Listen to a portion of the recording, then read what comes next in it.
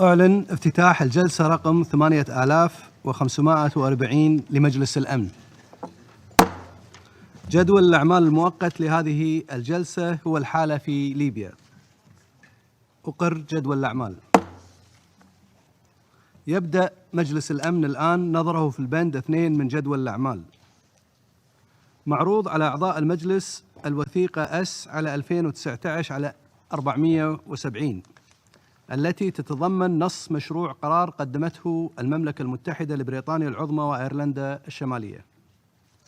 أود أن أسترعي انتباه المجلس إلى الوثيقة S على 2019 على 380 التي تتضمن تقرير الأمين العام عن تنفيذ القرار 2420 لعام 2018. المجلس مستعد للشروع في التصويت على مشروع القرار المعروض عليه. سأطرح مشروع القرار للتصويت عليه الآن. يرجى من مؤيدي مشروع القرار الوارد في الوثيقة S على 2019 على 470 رفع أيديهم.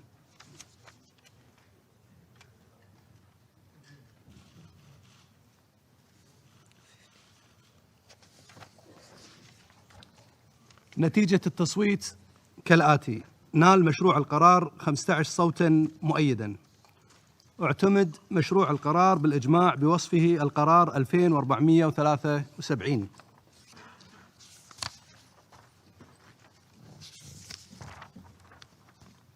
أعطي الكلمة الآن لأعضاء المجلس الذين يرغبون في الإدلاء ببيانات بعد التصويت. أعطي الكلمة لممثل المملكة المتحدة، فليتفضل.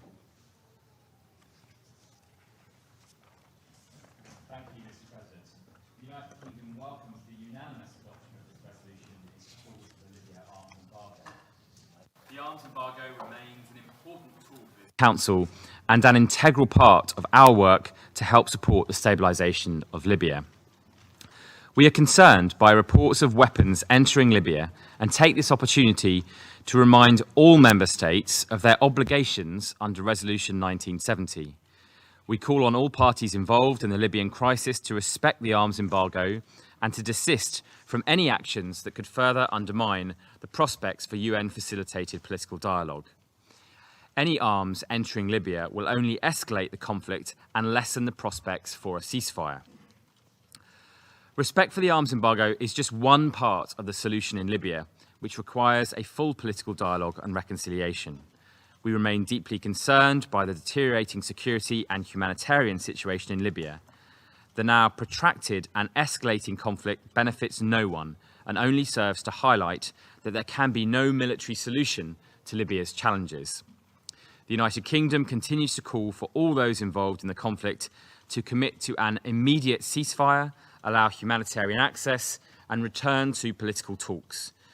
We also reiterate our support for the tireless efforts of Special Representative of the Secretary-General Hassan Salameh and UNSMIL to facilitate a return to political talks. A UN-led political dialogue is the only way, ultimately, to achieve the security and stability that Libyans deserve. Thank you. أشكر ممثل المملكة المتحدة على بيانه وأعطي الكلمة الآن إلى مندوب بلجيكا، فليتفضل.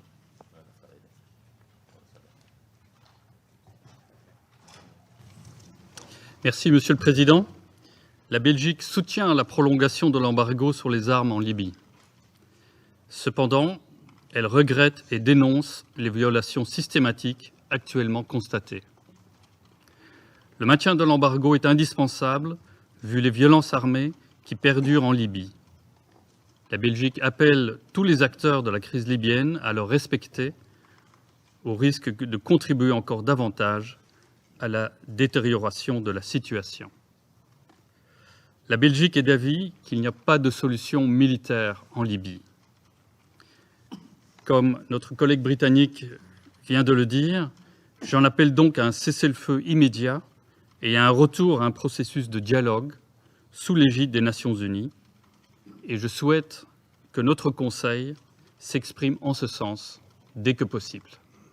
Je vous remercie.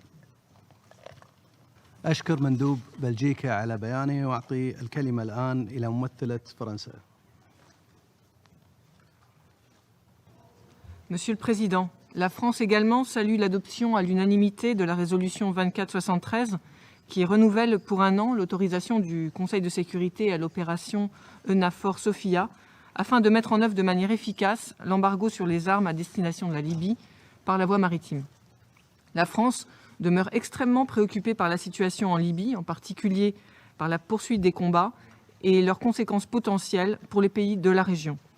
Nous restons convaincus qu'il n'y a pas de solution militaire à la crise libyenne, que seul un processus politique peut permettre un retour à la stabilité en Libye. C'est pour soutenir ce processus politique que la France réitère elle aussi son appel à la mise en œuvre d'un cessez-le-feu immédiat et sans précondition. Simultanément, les parties au conflit doivent s'engager en faveur du dialogue mené par l'envoyé spécial du secrétaire général, Hassan Salamé, à qui la France réitère son plein soutien. Dans ce contexte, qui fragilise la dynamique politique et renforce l'instabilité du pays, le respect de l'embargo sur les armes est plus que jamais une priorité. L'opération Sophia garde un rôle important pour la stabilisation de la Libye. Son caractère dissuasif limite les violations de l'embargo sur les armes et réduit les flux d'armes qui continuent de transiter par la voie maritime et qui ne font qu'aggraver la situation depuis le début de l'offensive. Si les moyens maritimes de l'opération ont été suspendus temporairement, l'opération Sophia a recentré son action et demeure active pour mettre en œuvre le mandat qui lui a été confié à travers d'une part son action de formation des gardes-côtes libyens ainsi que le suivi de leurs actions afin de s'assurer de leur efficacité opérationnelle et du respect des droits de l'homme. Son action permet ainsi aux autorités libyennes de contribuer à leur niveau à la lutte contre le trafic d'armes. Et d'autre part, l'opération mobilise ses moyens aériens pour recueillir du renseignement et les informations nécessaires au maintien de l'embargo sur les armes. Nous poursuivrons au sein de l'Union européenne notre contribution aux actions menées par l'opération Sophia. Il est nécessaire pour cela qu'elle continue à bénéficier de l'autorisation mise en place par la résolution 2292 et renouvelée aujourd'hui par la résolution 2473 afin de disposer de la légitimité et des moyens nécessaires pour agir efficacement. Je vous remercie. أشكر ممثلة فرنسا على بيانها وأعطي الكلمة الآن إلى مندوب جنوب أفريقيا. Mr. President, Saraba thanks Secretary General for his report on the implementation of Resolution 2420 on the arms embargo, Libya. We thank the United Kingdom as a penholder for facilitating this process. Madrid remains deeply concerned that the current military operations in Libya are reportedly being reinforced by the transfer of arms into the country, including by sea and land. We are further concerned by the suspension of Operation Sophia naval assets, which were crucial to the implementation of the arms embargo resolution at the high seas. Furthermore, we encourage regional cooperation in the implementation of the arms embargo. Mr. President, it is 2 months since the crisis started in Libya without any respect for this Council's call for a ceasefire by all parties to the conflict. The worsening insecurity and humanitarian situation in Tripoli is fueled by the constant supply of arms in that city. South Africa reiterates that there is no military solution to Libya. It is through national dialogue process that the conflict can be resolved. As such, we encourage compromise, cooperation, and spirit of reconciliation by all parties in Libya. Mr. President, we strongly urge member states to fully implement the arms embargo measures, which are of immediate importance to the protection of civilians and the restoration of security and stability in Libya and the region. Lastly, South Africa wishes to reiterate that sanctions are a tool to advance a political process or facilitate a change in the political process and should not affect the provision of humanitarian assistance.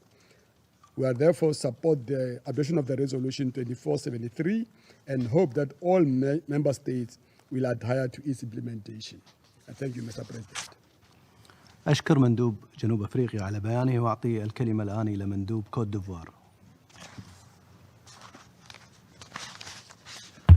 Merci, Monsieur le Président.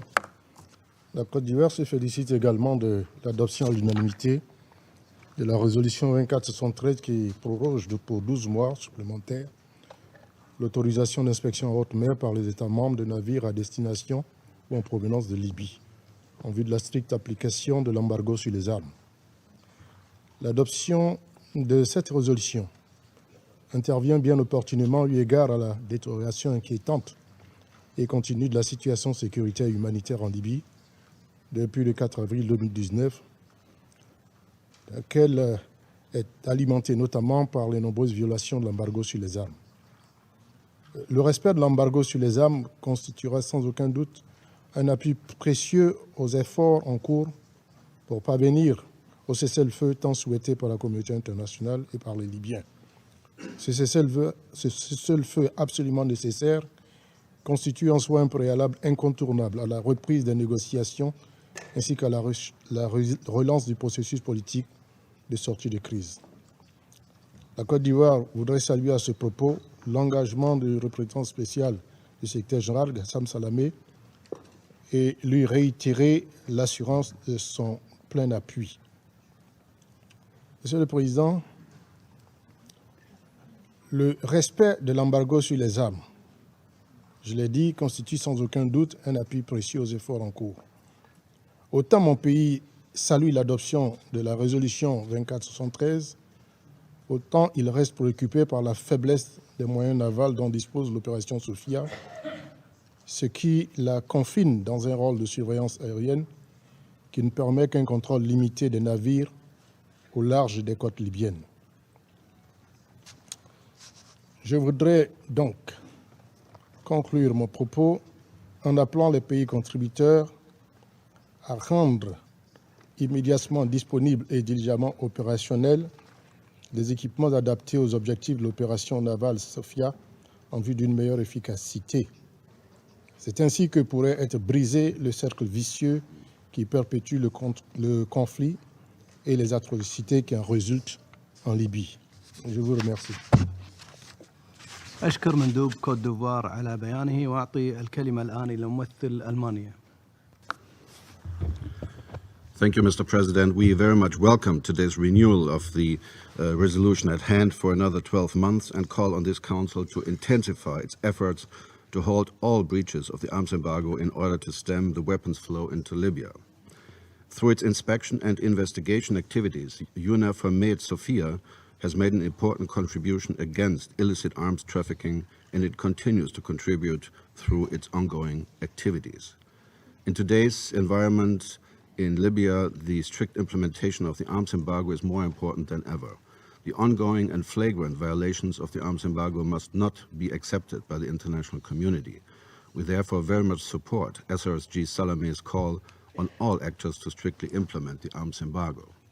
The influx of weapons contributes to the escalation of the conflict and leads to more victims and destructions in Libya, as SRSG Salame has pointed out in his recent briefing to the Security Council. Furthermore, seemingly unlimited arms supply fuels the erroneous belief in a military solution to the conflict and contributes to the unwillingness of actors on the ground to agree on a ceasefire and resume the political process as proposed by the SRSG and supported by a vast majority of the international community. The violations of the arms embargo therefore constitute a key impediment to a political solution. An unhindered influx of weapons also bears the risk of a further destabilization of the neighboring countries and the whole region. The EU as a direct neighbor cannot and will not accept this. And lastly, the open breaches of the arms embargo imposed by this very Council diminish the credibility of the United Nations and the Security Council itself. It is time to redouble our efforts to assume our responsibility and act in close cooperation with SRSG Salame to find ways to finally implement the arms embargo effectively. Thank you. أشكر ممثل ألمانيا على بيانه وأعطي الكلمة الآن إلى مندوب إندونيسيا. Thank you, Mr. President.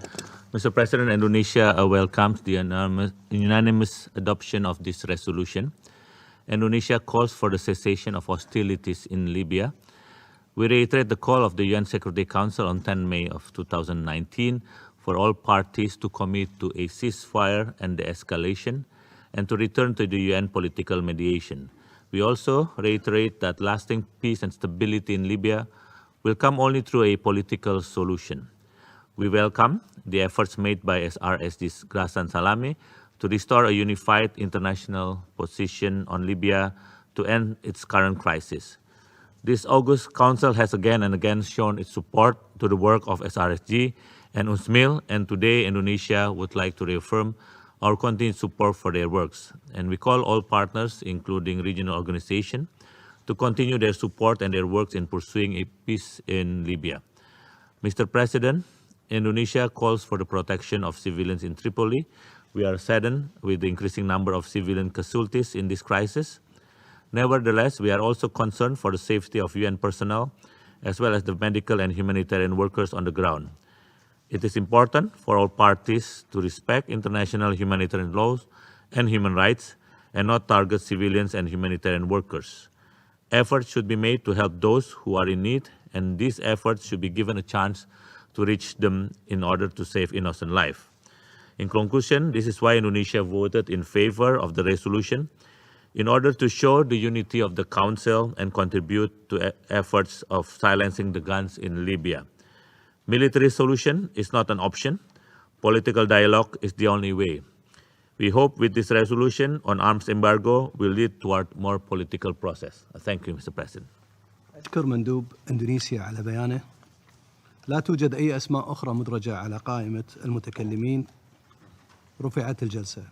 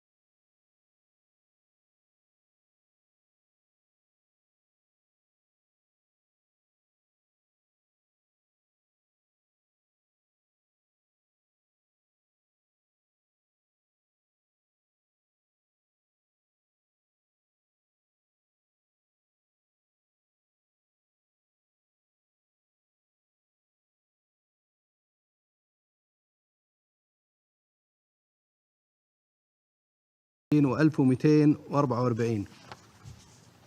أقر جدول الأعمال. وفقا للمادة 37 من النظام الداخلي المؤقت للمجلس، أدعو ممثل صربيا إلى المشاركة في هذه الجلسة. تقرر ذلك.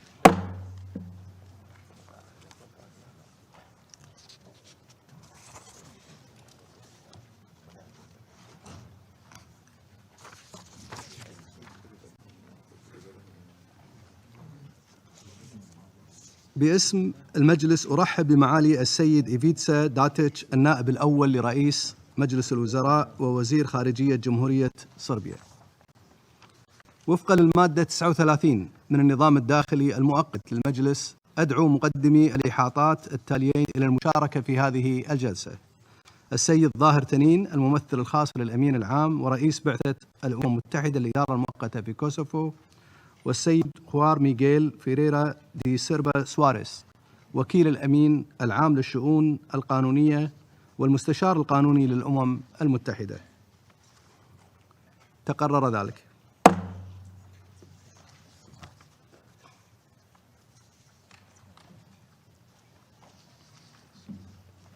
ينضم السيد ظاهر تنين إلى هذه الجلسة عن طريق الفيديو من برشتينا.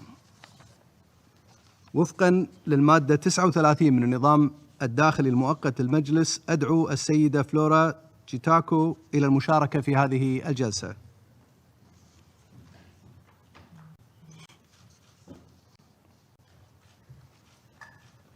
تقرر ذلك. يبدأ مجلس الأمن الآن نظره في البند 2 من جدول الأعمال. أود أن أوجه انتباه أعضاء المجلس إلى الوثيقة S على 2019/461 التي تتضمن تقرير الأمين العام عن بعثة الأمم المتحدة للإدارة المؤقتة في كوسوفو.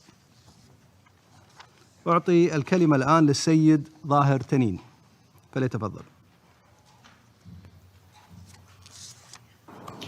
Thank you very much, Mr. President. Mr. President, distinguished members of the Council. As reflected in the details of the report before you, the situation in Kosovo in between Belgrade and Pristina is again at a fragile moment. Today's meeting coincides with a significant anniversary. 20 years since this Council last agreed a full resolution in response to the conflict. Over those 20 years, there has been clearly progress and change in a myriad of dimensions in Kosovo, in the region, and in the world. At the same time, we should make an additional reflection. In the absence of a genuine and necessary process of engagement between the parties of this conflict, the situation does not simply remain tenuous, but can slide backwards. Often it has done so. Productive engagements between Belgrade and Pristina have been missing since autumn 2018. And while much attention is focused upon day-to-day disputes and provocations, these are not the only factors complicating efforts to return to negotiations. The imposition of a 100% import tariff on Serbia and Bosnian goods by Pristina last November continues, despite a near unanimous call by the international community for its removal. Belgrade's position is that lifting the import tariffs is a minimum condition for resuming talks under the EU-facilitated format. Pristina leaders have also set out public conditions, though not always with unity of voice.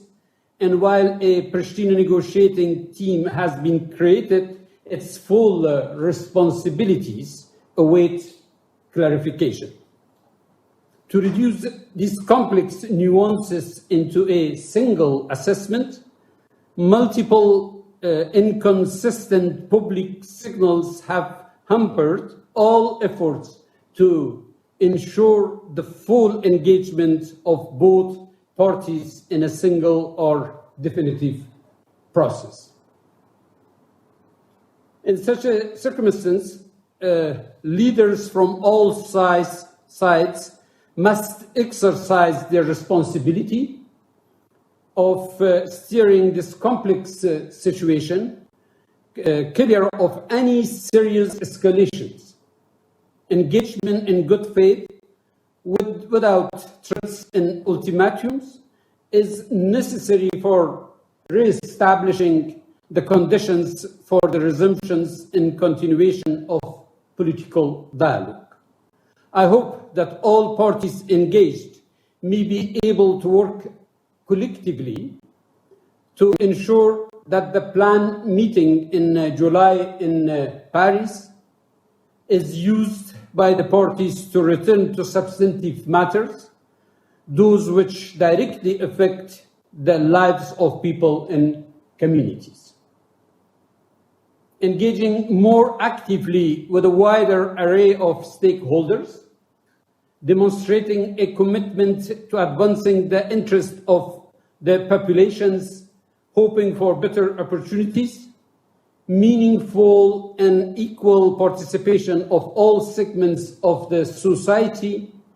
Each of these elements is essential to achieving a measure of political process, but unfortunately each appear to have been lacking in the efforts we have observed during this past period. Mr. President, one of the significant developments since the end of the official reporting period was the organization of elections in the 4 Kosovo Serb majority municipalities in northern Kosovo. Following the resignation of the mayors of these municipalities in response to Prishtina's increase of the import tax on Serbian and Bosnian goods, the president of Kosovo called on an extraordinary election, which took place on 19th May. The election proceeded peacefully. According to Kosovo Central Election Commission, the elections resulted in a clear victory for the Serbian list candidates who already held power in the relevant municipalities and who received above 90% of the vote. Restricted electoral competition and limited political participation in Kosovo Serbs community were issues underlined by some of the diplomatic representatives monitoring the election process. Mr. President, on the morning of 28 May, the Kosovo police conducted a special operation concentrated mainly in the northern municipalities, targeting smuggling and organized crime suspects under warrants issued by the Pristina Basic Court. The operation led to the arrest of a number of suspects, including local officials. Suspects and Kosovo police officers were injured in the course of the operation. During this operation, 2 UNMIK staff members based in Zobin Potok, a municipality in the north, 1 international and 1 locally recruited, were arrested and injured in separate incidents. It is the United Nations responsibility to determine objectively the circumstances affecting its staff, which we have already been undertaking in a systematic manner in full accord with UN practice, as well as with the imperative to determine the facts expeditiously. This is particularly important for you to know, given the extent of unverified information and speculation which has since appeared in the public domain. Today, I would like to put on record just a few pertinent points. Firstly, relevant immunities of our staff members from arrest and detention have failed to be observed.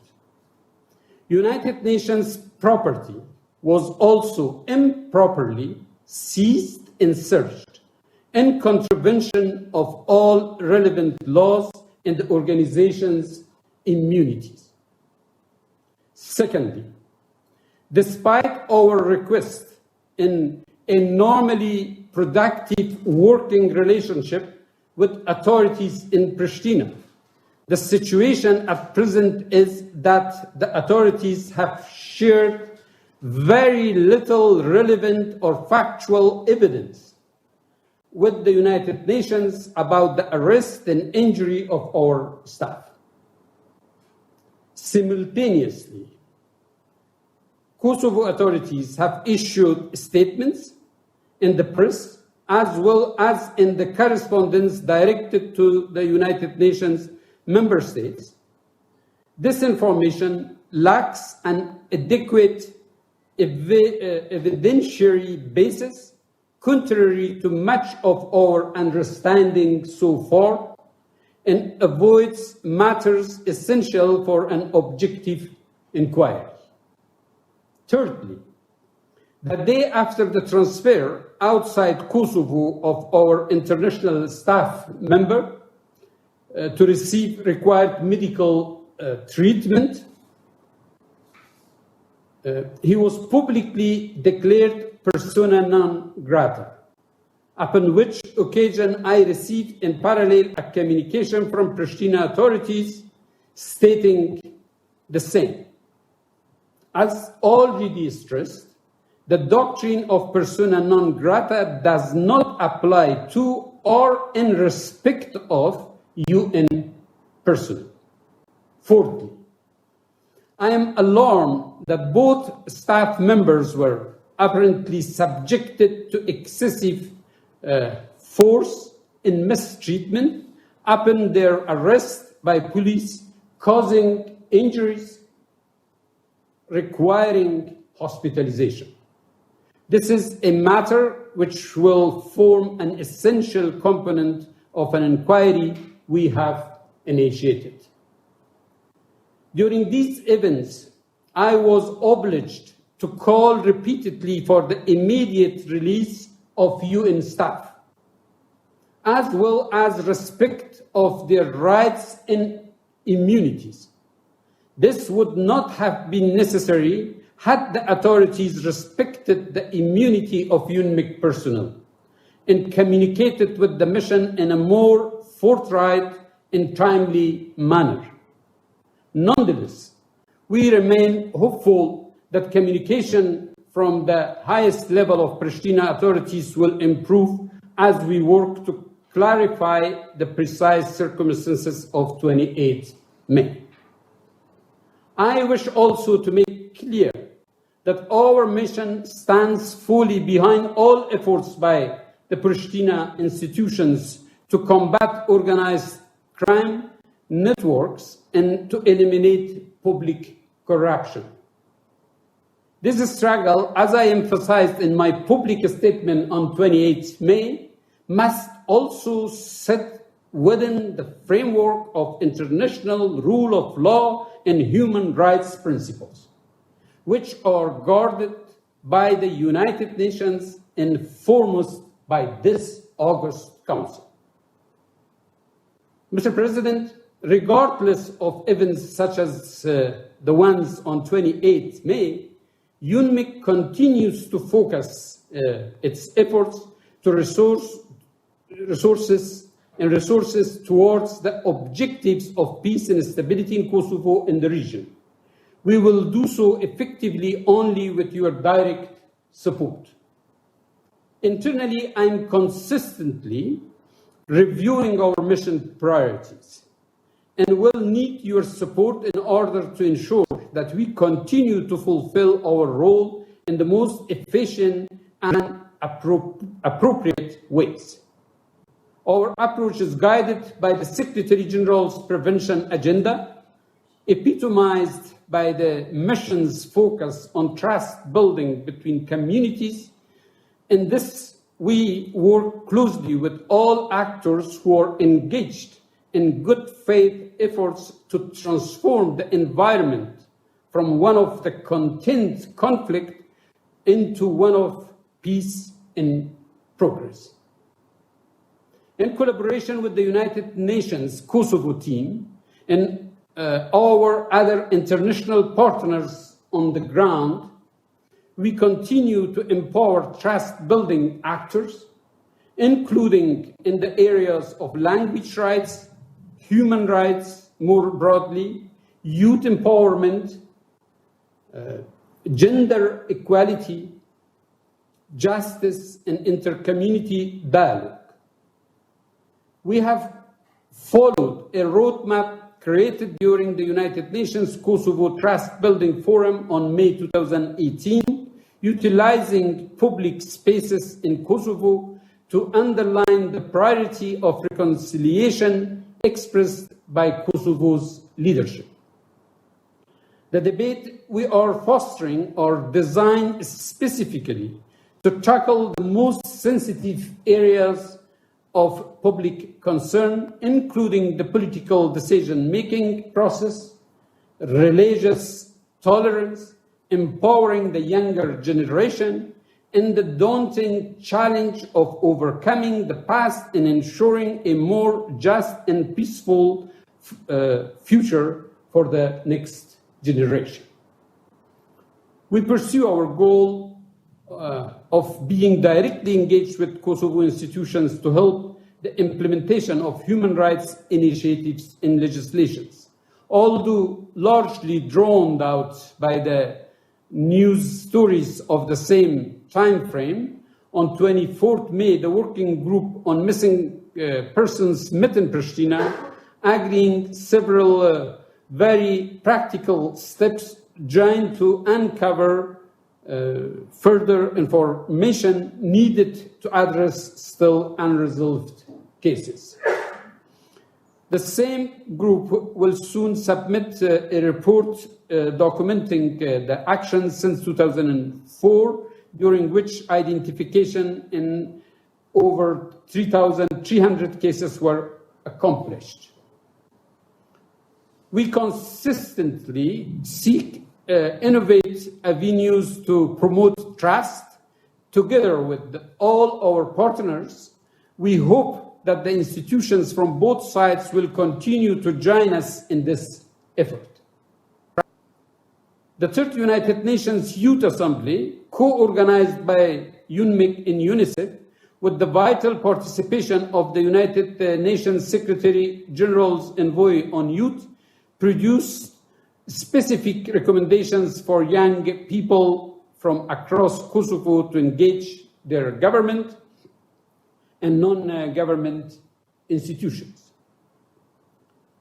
The Global Open Day on Women, Peace and Security in Pristina, in collaboration with the European Union, highlighted the need for greater inclusion and engagement of women, including in the highest political processes.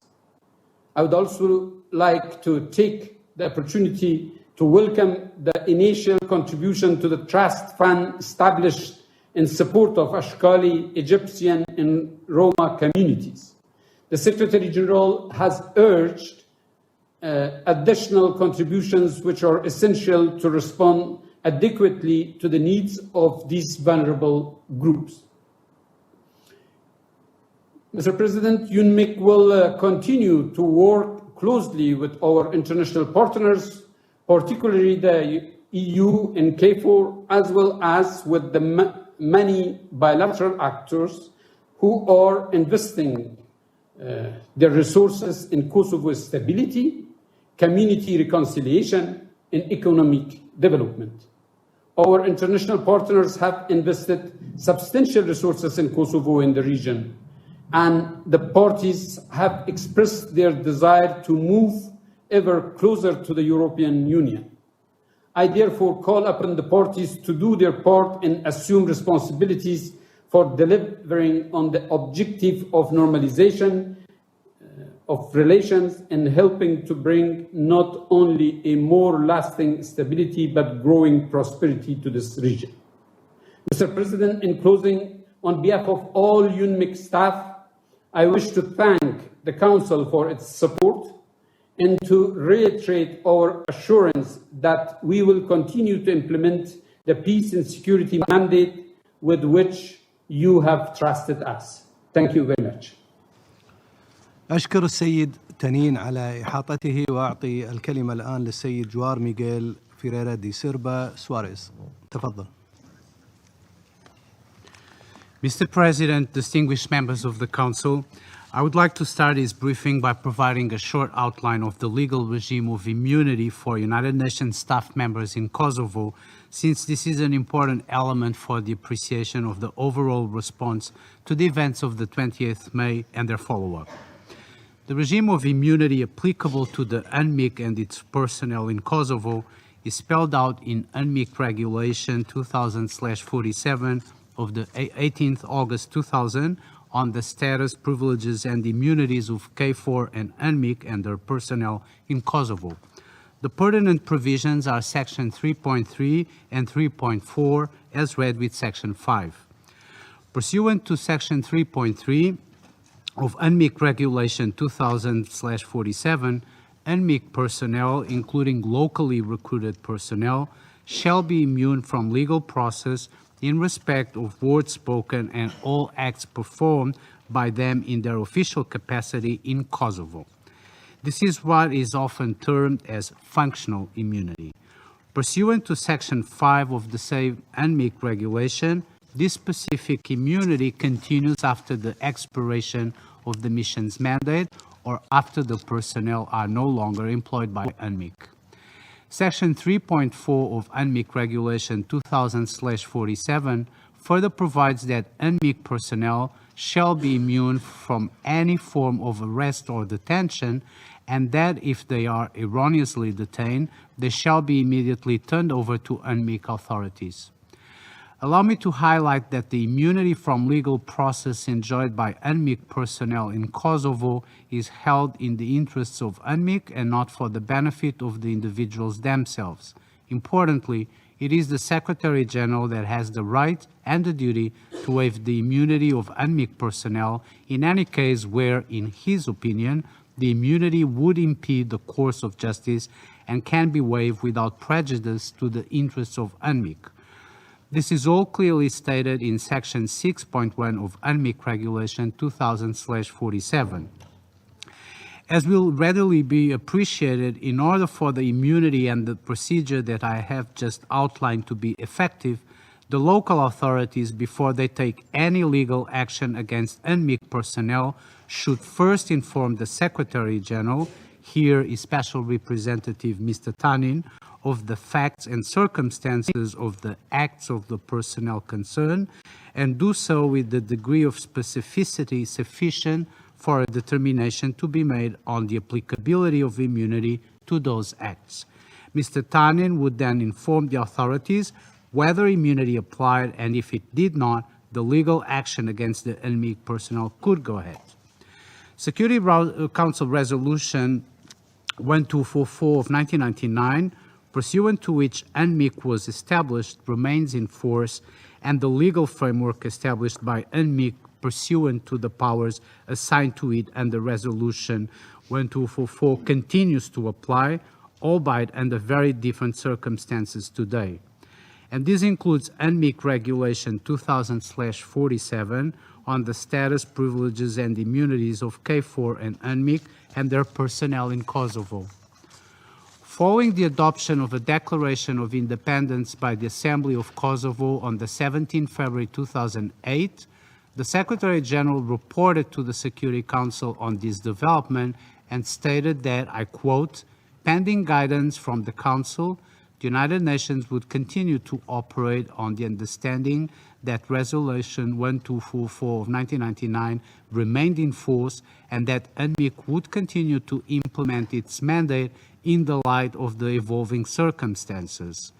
Since this development, the Secretary General has maintained a position of status neutrality, and this refers to the continued operation of UNMIC in the light of the prevailing circumstances and to the constructive engagement with the Kosovo authorities in a manner that does not imply recognition of any statehood.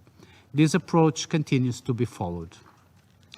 As SRSG Tanin has noted, 2 UNMIC staff members were arrested and detained on the 20th May during a police operation in northern Kosovo. They were later released from detention.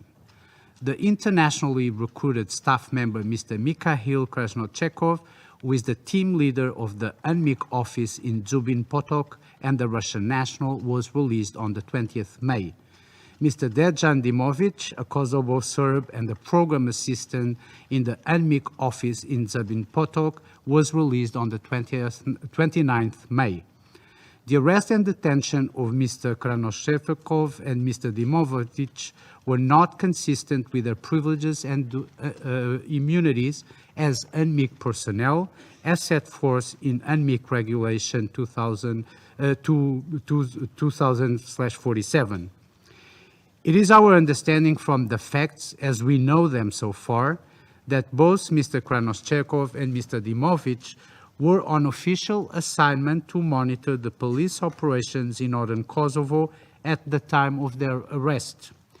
Of serious concern, as Mr. Tanin noted, and I must say here that we share his alarm, is that both staff members were apparently beaten and mistreated upon their arrest. Both required medical attention upon their release.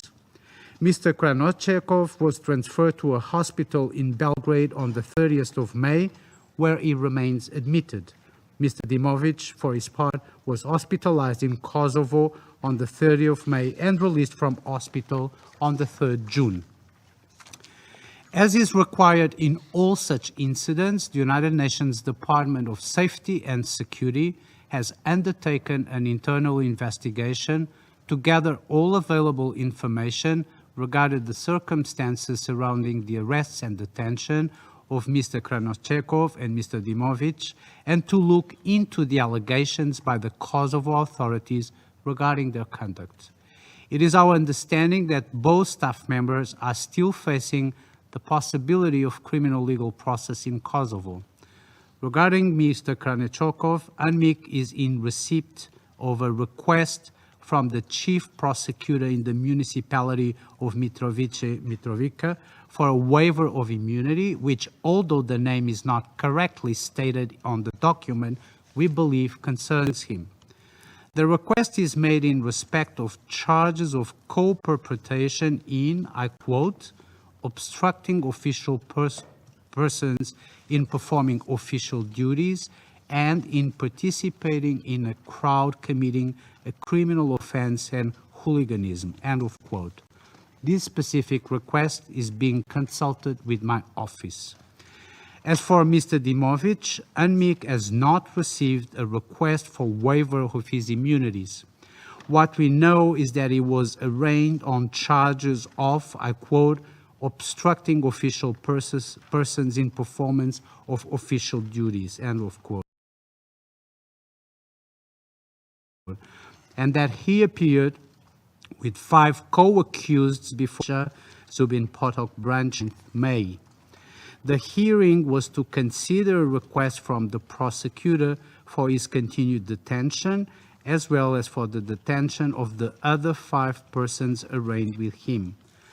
UNMIK has obtained and forwarded to the United Nations headquarters a summary translation of these proceedings. And on the basis of this document, we understand that Mr. Dimovic's release and that of his 5 co-arraigned on 29th May was decided on the basis of lack of evidence sufficient to confirm a reasonable suspicion of the alleged criminal offense. Mr. Dimovic was represented by private counsel in the hearing and accompanied by an UNMIK staff member. The decision to release the co-accused is still, as we understand it, subject to an appeal by the prosecution. This appeal is scheduled to be heard during the week of the 10th June today. So the results of a thorough internal United Nations investigation will help establish a better understanding of the relevant facts that will aid the organization in considering the next steps, including under UNMIK Regulation 2000/47 on the status, privileges, and immunities of KFOR and UNMIK and their personnel in Kosovo.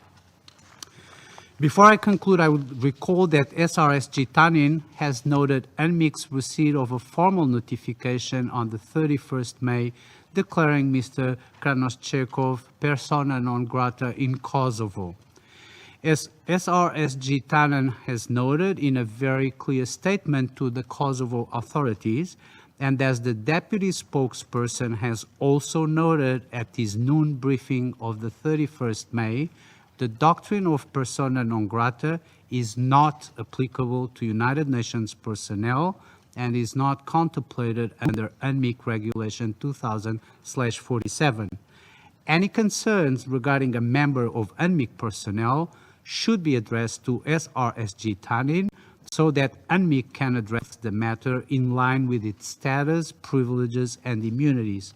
And in this regard, I wish to emphasize that allegations of misconduct by United Nations personnel throughout the organization are taken very seriously by the organization, and prompt action is taken where it is warranted. The fullest measure of cooperation by the Kosovo authorities will continue to be required to facilitate the United Nations investigation so as to allow the Secretary General to determine the next steps under the legal framework that I have outlined. Mr. President, I would like to thank the Council and its members for the opportunity of this briefing. Thank you. أشكر السيد فيريرا دي سيلفا سواريز على إحاطته أود أن ألفت انتباه المتكلمين إلى الفقرة 22 من المذكرة 507 التي تشجع جميع المشاركين في جلسات المجلس على الإدلاء ببياناتهم في غضون 5 دقائق أو أقل، وذلك بما يتماشى مع التزام المجلس بالاستفادة بطريقة أكثر فعالية من الجلسات المفتوحة. أعطي الكلمة الآن لمعالي السيد إيفيتسا داتيتش النائب الأول لرئيس مجلس الوزراء ووزير خارجية جمهورية صربيا، فليتفضل.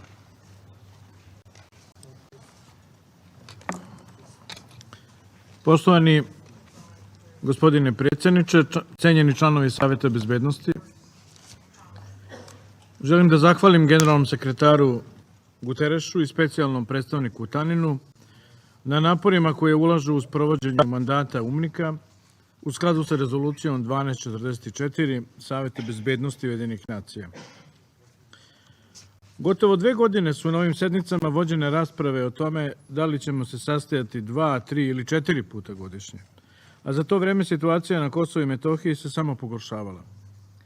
Trenutno stanje nam, nažalost, govori da je odluka o smanjenju broja sednica bila preuranjena, ali nadam se da smo proceduralna pitanja ostavili iza sebe i da ćemo sada moći da se posvetimo suštinskim temama i učinimo naše sastanke plodotvornim.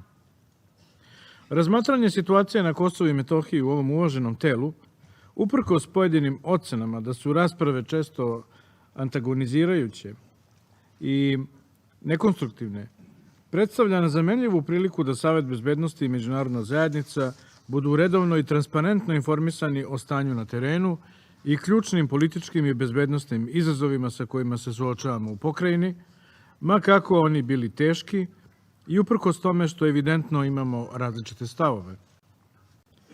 Želim da na samom početku ponovo pozovem na dijalog i rešavanje ovog višedecenijskog problema mirnim putem uz pronalaženje kompromisnog rešenja.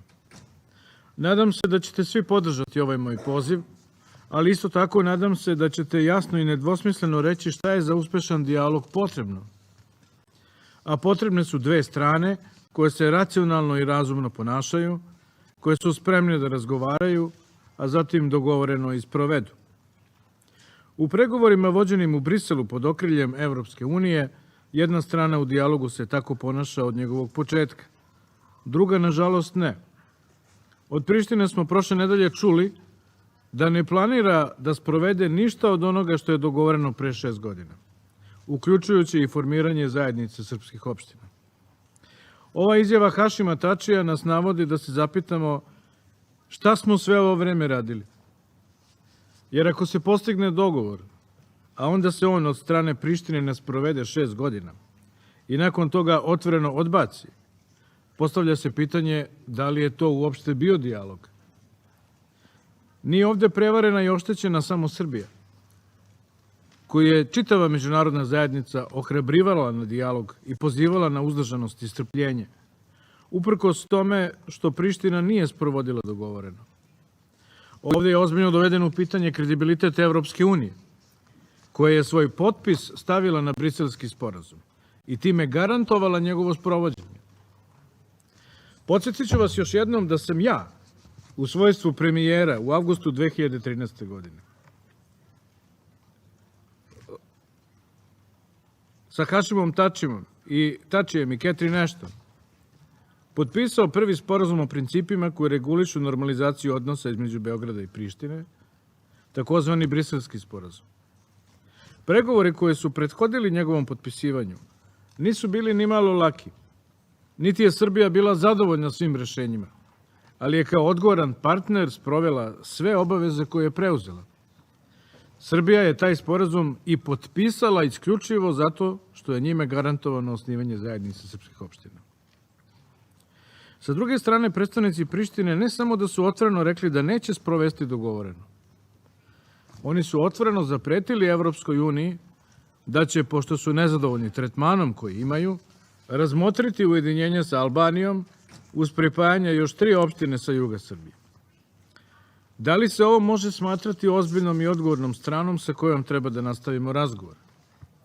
I ko sada može da nas uveri da se Priština neće na isti način prema ovom procesu ponašati i u buduće? Ovome treba dodati i vrlo preteće poruke albanskog premijera Edija Rame, o ujedinjenju Albanije sa takozvanim Kosovom, na koje niko ne reaguje i preko kojih se olako prelazi uz objašnjenje da oni nisu ozbiljni. Gospodine predsjedniče, pre 2 nedelje na severu Kosova i Metohije sprovedena je takozvana operacija u okviru borbe protiv korupcije i organizovanog kriminala. Specijalna jedinica ROSU uhapsila je tom prilikom preko 30 osoba. Srbija podržava borbu protiv organizovanog kriminala na celoj svojoj teritoriji.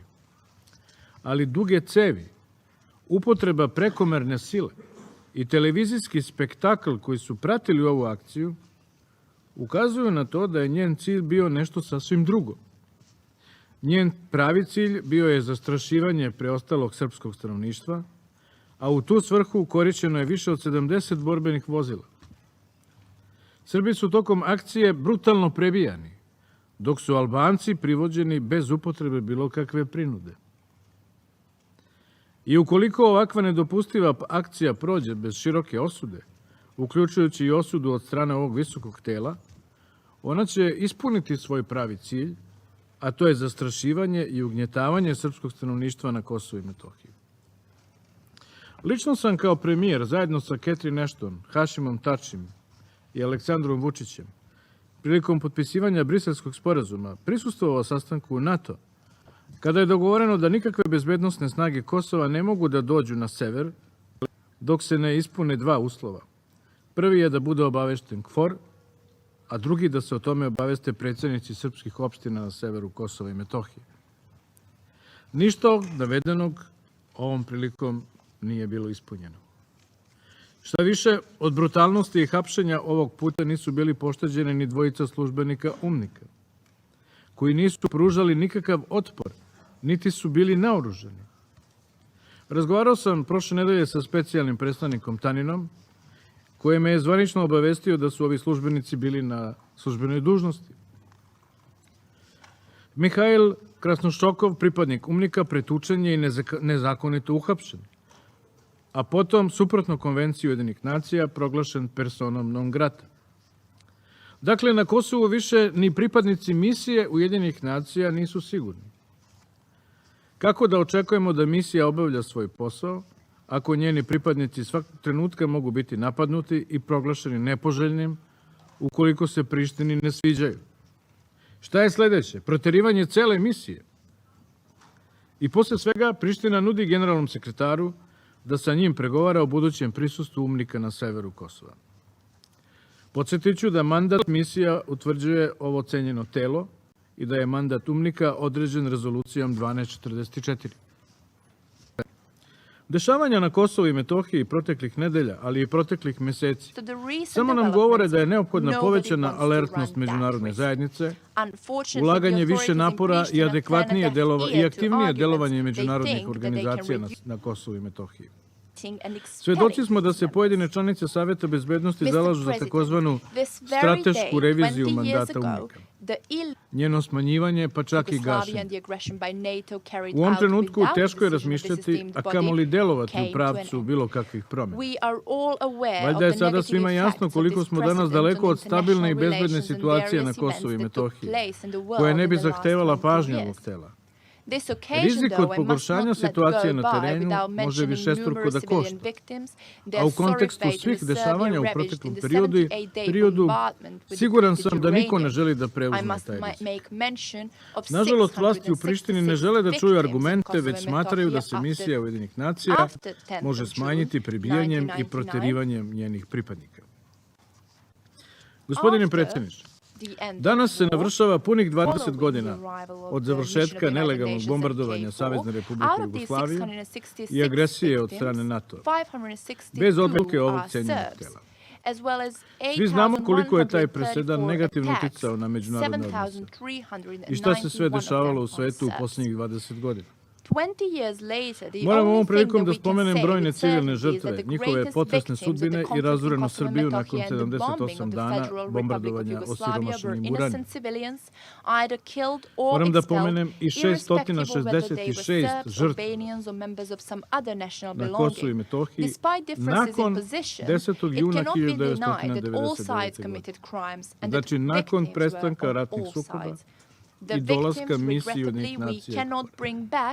But we can learn Od tih from our 666 mistakes and make žrtava, sure that they are not 562 repeated. žrtve It is su therefore important to condemn all crimes, kao i empathize with all victims, 8.134 napada, exclude war od as a čega means of resolving 7.391 conflicts, and embark napad upon na a Srbiju. road of lasting reconciliation and economic 20 and godina political kasnije jedino što sa stability by sigurnošću way of možemo da reaching a kažemo je da su compromise and najveće žrtve sustainable sukoba na Kosovu i solution. Metohiji i 20 bombardovanja years ago Savezne to a Republike day, Jugoslavije, United nedužni Nations civili, Security Council Resolution kako stradali, tako i 1244 was proterani, bez adopted. obzira da li su In my Srbi, Albanci ili statement, pripadnici neke I druge shall strive nacionalnosti. to recapitulate the way Iako in which its postoje razlike u provisions stavovima, dovetail with the facts on ne the može se ground, osporiti da su and the sve way in strane which they činile do zločine speaks volume i of da the na svim stranama resolutions postoje žrtve. and unmixed validity and Njih, relevance, nažalost, ne as možemo well vratiti, as of the task ali možemo ahead of us. naučiti i sopstvenih grešaka In i ne crafting the dozvoliti da se mandate ponove. of the international presence Zato in je Kosovo važno and da se Metohija, osude the svi Security zločini, Council reaffirmed da se the saoseća sa commitment svim of all žrtvama, member states to the da se isključi sovereignty rat and kao territorial sredstvo integrity of the Federal rešavanja Republic of sporova Yugoslavia, i da se as set postizanjem out in the kompromisnog i Helsinki održivog Final rešenja Act. krene putem trajnog pomirenja However, i the ekonomske i provision of the političke stabilnosti. resolution has been sledgehammered Na by današnji dan pre many in 20 order to godina conceal the fact usvojena that an je i ethnic rezolucija minority, Saveta the bezbednosti Albanian minority, 1244. which has its mother country of Albania, Dozvolite mi da tried to iskoristim ovu secede priliku from and take i u svom away a izlaganju part of the rekapituliram territory of a saglasje sovereign pojedinih country. njenih odredbi In sa Annex činjenicama na terenu. 2.5 of the resolution, the Security Stanje u Council tom calls, pogledu among govori mnogo o others, tome for the koliko su establishment rezolucija of an interim 1244 i administration UMNIK to značajni ensure i conditions relevantni for a peaceful and normal i life koliko je for toga all pred nama na inhabitants čemu in moramo Kosovo. raditi. In other instances, Kreirajući mandat UMNIK-a, Savet bezbednosti je potvrdio tada obavezu svih država članica da poštuju suverenitet i teritorijalni integritet Savezne Republike Jugoslavije. Navodeći s tim u vezi i završni dokument iz Helsinkija. Međutim, ovu odredbu rezolucije su skrnavili mnogi, a sve da bi se skrila činjenica da je jedna etnička manjina, albanska, koja ima svoju matičnu državu Albaniju, pokušala da izvrši secesiju i otme deo teritorije jedne suverene zemlje. U aneksu 2.5 rezolucije, Savet bezbednosti između ostalog poziva na uspostavljanje privremene uprave, da bi se obezbedili uslovi za miran i normalan život svih žitelja Kosova. Mnogim svojim odredbama rezolucija poziva i na uspostavljanje bezbednog okruženja, kako bi se izbeglice i raseljena lica bezbedno vratili svojim domovima. U tom pogledu učinjeni su izvesni napori i neki se jesu vratili, ali samo je 1,9% Srba ostvarilo održivi povratak. I posle drugih 20 godina, 200.000 njih je i dalje daleko od svojih domova i nema izgleda da će se uskoro vratiti kući. A znamo i zašto. Recite mi šta ti ljudi mogu da očekuju kada ih svake godine organizovano kamenuju i napadaju, čak i kada posećuju grobove svojih bližnjih u vreme hrišćanskih praznika. Katalogu nepoštovanja ljudskih prava na Kosovu i Metohiji gotovo da nema kraja, te ih je nemoguće sve i nabrojati. U jednom drugom izveštaju koji nije predmet današnjeg razmatranja se kaže: bezbednosni incidenti usmereni protiv kosovskih Srba se nastavljaju. U prvih 7 meseci 2018. godine bilo je više od 100 izgreda, uključujući krađe, provale, verbalno zlostavljanje i štete nanete imovini kosovskih Srba i Srpske pravoslavne crkve. Etničke manjine suočavale su se sa različitim nivoima institucionalne i društvene diskriminacije u zapošljavanju, obrazovanju, socijalnim uslugama, upotrebi jezika, slobodi kretanja, pravu na povratak raseljenih lica i drugim osnovnim pravima.